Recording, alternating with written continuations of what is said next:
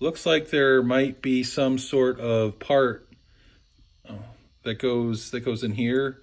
I mean, it looks like this might go in there, but it doesn't look like it's gonna connect very well. But if I turn this, engine turns over nicely. Look at this.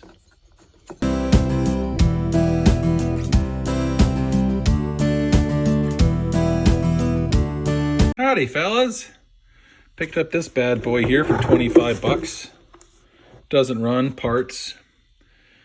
And the thing we know that's wrong with it is it recoils just fine, but it's not engaging.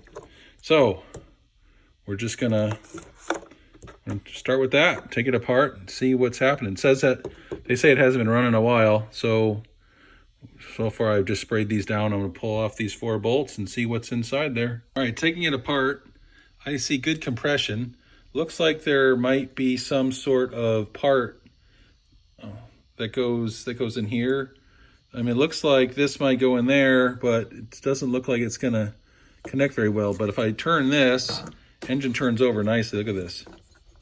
No problem. That's turning over. I can feel the compression. So I don't know. I'm gonna put it on and see what happens. But I think there's a part that's broken. I see a little bit of black crud somewhere in there, but I don't know. It just looks like there's a part missing between here and here. I put it on. It just seems like it just is just big enough that it doesn't quite catch. So it does look like there's something that used to be there. So it seems my suspicions are correct. There's something missing. And what's missing is, I think there's a little black piece called a pawl or something like that in it, or something. This whole thing might be called a pawl. And I think it catches the starter here. It catches this, but then when it starts going, it flops over, I suspect. And that being missing is keeping this thing from running. I see residuals of it, like it got shredded up or something, but don't know why. So I think this part can get replaced. You just have to undo it. That might be a little tricky because it's connected, probably torqued down to some ridiculous spec. And how are you gonna hold it while you're doing it? So that might be a trick, but we'll figure something out.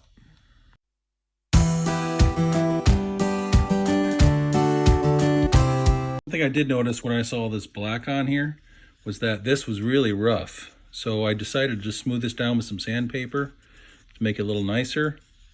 And it's still a little bit rough, but it's a lot better than it was. So I think when we put the new part on, it shouldn't bind it up as much. But we'll do a little bit more with the sandpaper right there.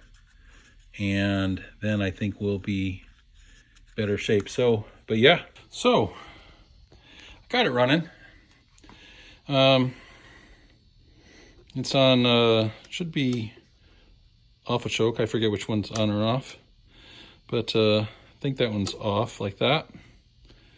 Turn it off. Let me turn it back on.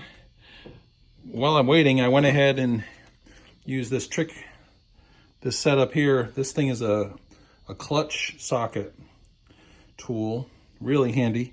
And so hard to do this with 2 hands. So basically you can trust me that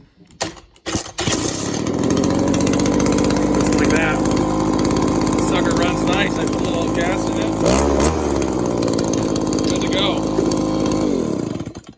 So I just gotta wait for the part and we should be good to go. Okay, so the word on this one is that it's running rough. It's bogging down. So we're going to, I think, take a look at the carburetor and see if there's anything noticeable or obvious. And other than that, go from there. So first thing we'll do is take off this air cleaner. See how it looks.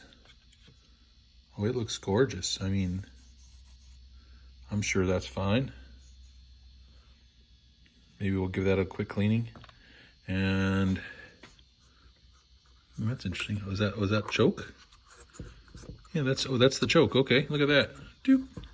Choke goes right there. Cool. Okay.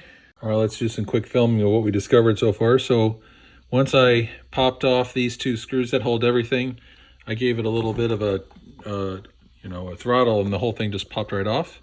I carefully took the 2 gaskets off, put them over there so we could reuse them. Cleaned them up a little bit. Nothing good, nothing bad there.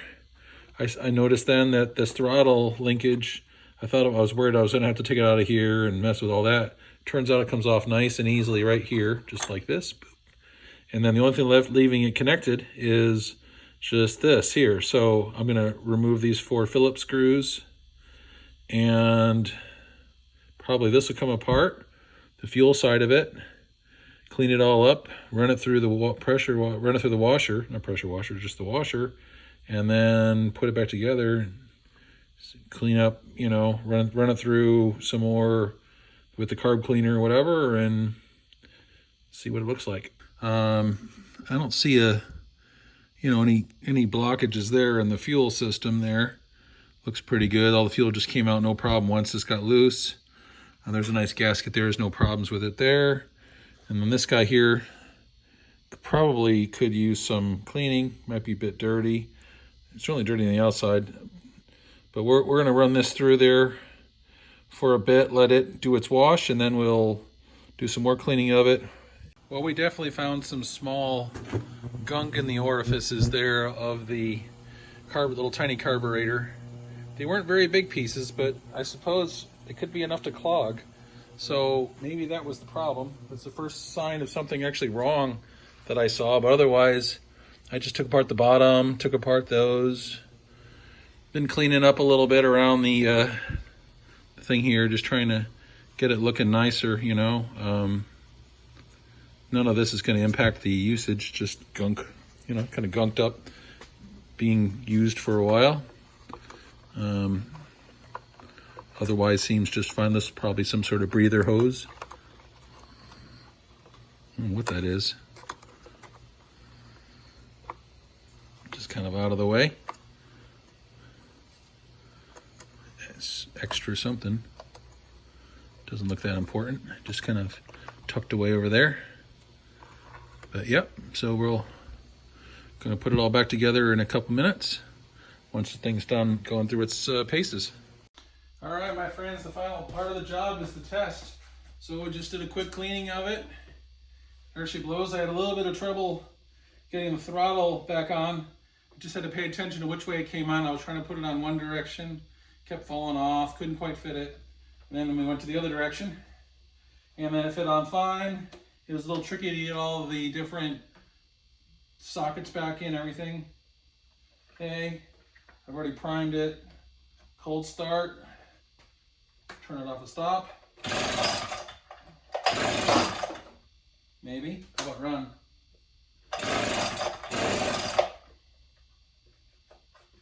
It'll go.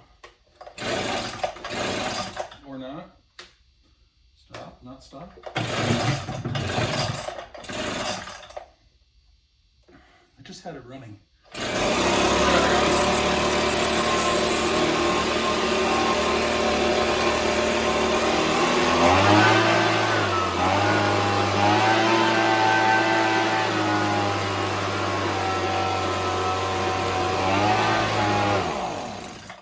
I think that's full power.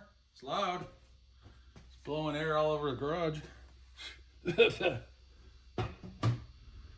All right, that's the trials and struggles of 2 Echo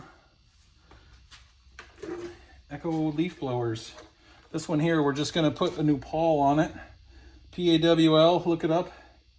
And basically that's what fell off, and I think once we put that pawl on it and then pop the cover back on, it'll be good as new. And so we're golden. Thanks for watching.